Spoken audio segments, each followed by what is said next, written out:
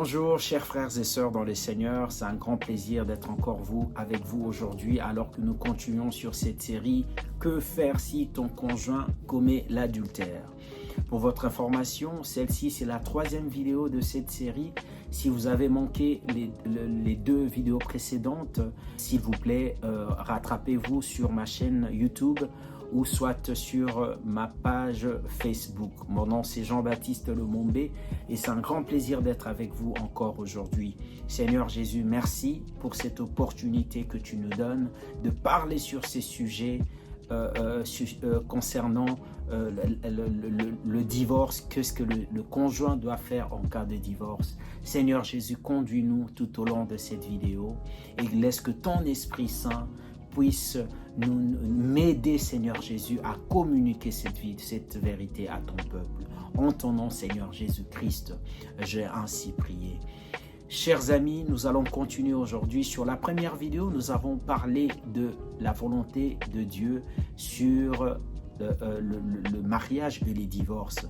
Et sur la deuxième vidéo, nous avons parlé de ce qu'il faut faire initialement en cas d'adultère, si ton conjoint commet l'adultère.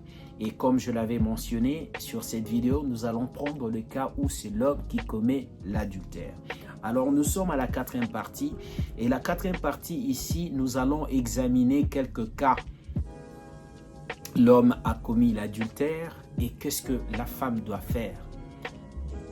Dans cette quatrième partie, nous allons parler de deux cas. Et le premier cas, il s'agit de lorsque l'homme a commis l'adultère et il veut partir. Il a été infidèle envers toi, ma soeur, et il veut partir, il ne veut plus de ses mariages, il veut rester. Alors qu'est-ce que tu dois faire? Ma soeur, c'est simple. Ne le supplie pas de rester avec toi. J'irai même plus loin pour dire que tu ne devrais pas prier pour ça, parce que son cœur est déjà parti et il n'a pas un cœur repentant. Et ici, j'aimerais souligner une chose pour tout le monde. À la base de la réconciliation entre un homme et une femme, entre un homme marié et sa femme, c'est l'esprit de repentance. Je le répète encore, à la base de la réconciliation entre un homme et une femme en cas d'adultère, c'est l'esprit de repentance.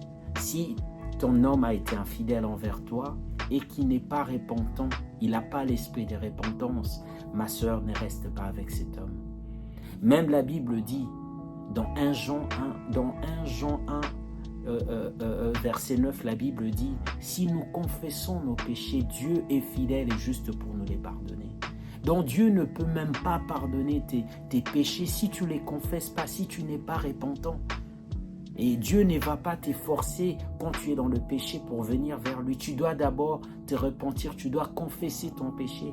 Et c'est la même chose dans un couple. Si ton conjoint, ton mari a été infidèle envers toi, il doit confesser son péché, il doit être repentant. Il doit avoir l'esprit de repentance pour qu'il y ait finalement réconciliation entre vous deux. Donc tu ne peux pas désirer être avec cet homme. Tu ne peux pas le supplier de rester avec toi. Tu ne peux pas, ne prie même pas pour cela. C'est ce qu'on appelle en anglais the gift of goodbye. Laisse-le partir. C'est comme un cadeau d'adieu qui te donne. C'est comme un cadeau d'adieu que en fait Dieu te donne. Laisse-le partir. J'ai appris, j'ai un frère que je connais. Sa femme a été infidèle et finalement, il l'a attrapé et la femme a confessé qu'elle a été infidèle. Mais elle dit quoi? Elle dit que c'était un coup d'un soir. Ce n'était qu'un coup d'un soir. Mon frère, ma soeur, de telles personnes, il ne faut même pas chercher à se réconcilier avec elles parce que leur cœur n'est pas repentant. C'est une personne qui banalise au fait combien le mariage est sacré. L'adultère n'est pas un coup d'un soir. Là, c'est au fait vandaliser, je dirais, le mariage. Le mariage est sacré. Une personne qui considère pas le mariage comme quelque chose de sacré, non, cette personne ne cherche pas à rester avec une telle personne. Ma soeur ou mon frère, ne cherche pas. Donc laisse-le partir et continue ta vie.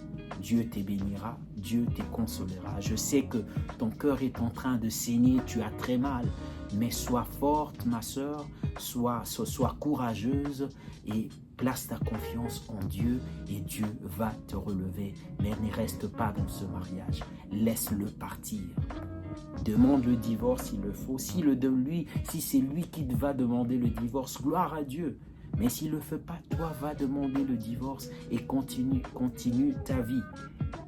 Le deuxième cas, nous allons parler du deuxième cas. Le deuxième cas, c'est lorsque l'homme, après avoir commis l'adultère, veut rester avec toi, ma sœur, mais il n'a pas un cœur repentant. Il n'assume pas sa responsabilité et au contraire, c'est lui qui te blâme, il te condamne pour son péché, pour son adultère. J'ai appris l'histoire d'un homme de Dieu. C'est lorsque j'ai appris, c'est un pasteur. Et avec sa femme, ils avaient accepté de faire venir une jeune femme pour habiter avec eux. Et la jeune femme, en fait, c'était une des connaissances de sa femme, de la femme. Alors, il est arrivé que cet homme de Dieu, ces pasteurs chrétiens, a commencé à coucher avec la jeune femme. Et la jeune femme, finalement, est tombée enceinte. Et la vérité est apparue aux yeux de tout le monde. Et l'homme de Dieu, le pasteur en question, le mari, a condamné la femme. Il a dit que cette jeune femme-là s'occupe très bien de moi, mais toi, tu ne t'occupes pas bien de moi. C'est pour cela que j'ai fait ça. Et ma soeur, dans tel cas, je te conseille de sortir de ce mariage. Je ne te conseille pas de rester avec cet homme. Parce que c'est comme je dis encore, à la base de la réconciliation en cas d'adultère dans un mariage, c'est l'esprit de repentance. Ce n'est pas un homme qui est repentant. Ne reste pas avec lui. Parce que s'il n'est pas repentant, ça veut dire s'il n'a pas changé au-dedans de lui, il va le faire encore. Il va le faire encore. Et c'est toi, ma soeur, qui vas souffrir. Je te conseille vivement, ma soeur, sors de ce mariage. Demande le divorce, ne reste pas avec cet homme. Parce qu'il n'est pas repentant. Il n'est pas repentant. Et au final, c'est toi qui vas souffrir. Pour aujourd'hui, nous allons nous arrêter ici. Et sur la prochaine vidéo, nous allons parler du cas où l'homme a commis l'adultère et il veut rester. Et non seulement qu'il veut rester, mais il est aussi repentant. Que vas-tu faire, ma sœur? Que faire? Que le Seigneur vous bénisse. Si vous avez aimé cette vidéo, n'oubliez pas de souscrire et de laisser un commentaire. Que Dieu vous bénisse et que la grâce du Seigneur soit avec vous. Merci.